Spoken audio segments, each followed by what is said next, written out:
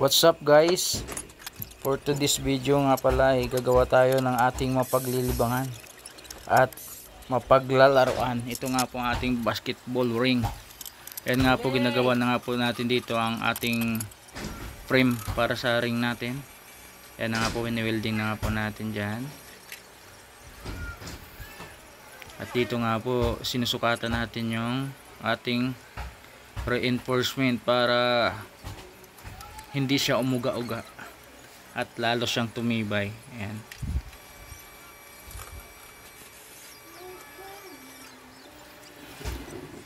At dito nga po susukatan natin ang ating pagkakabitan ng tornilyo ng ating ring.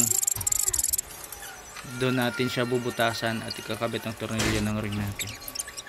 Ayan nga po, naikabit na nga po natin ang ating reinforcement.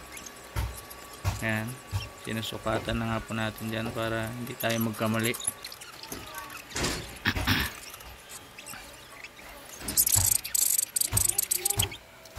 At dito nga po ay lalagyan na nga po natin ng markings ang mga butas ng ring natin para doon natin babarinahan para swak na swak pagkabit po natin. Ayan na nga po, binabarinahan na nga po natin. At ayun, tapos na nga po nating barinahan yan. Sinukat lang po natin yan. At dito, kakabit na nga po natin ang ating board. Ayan, bubutasin din natin isa-isa yan para pampatibay ng board natin. At dito nga po lalagyan na nga rin natin ng tornilyo. Ayan.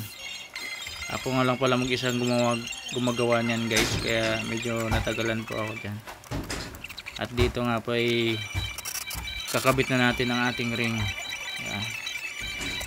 Ginamitan natin dyan ng impact wrench para mas mabilis. Ayun, tapos na guys. At dito ay sinubukan na nga namin gamitin ang ating ginawa. Ayun. Dito guys, nakapag-exercise ka na, masaya ka pa. Ayun. Iba talagang hatid na saya ng basketball. Ayan guys. Ayan lang guys, thanks for watching. Bye bye. Last one na.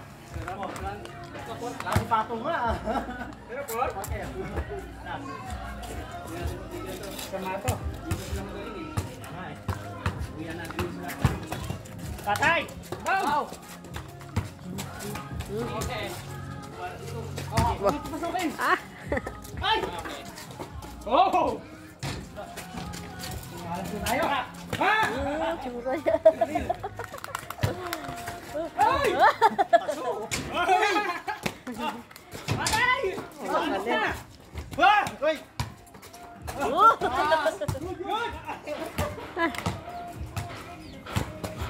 Na! Oy! Pasok eh.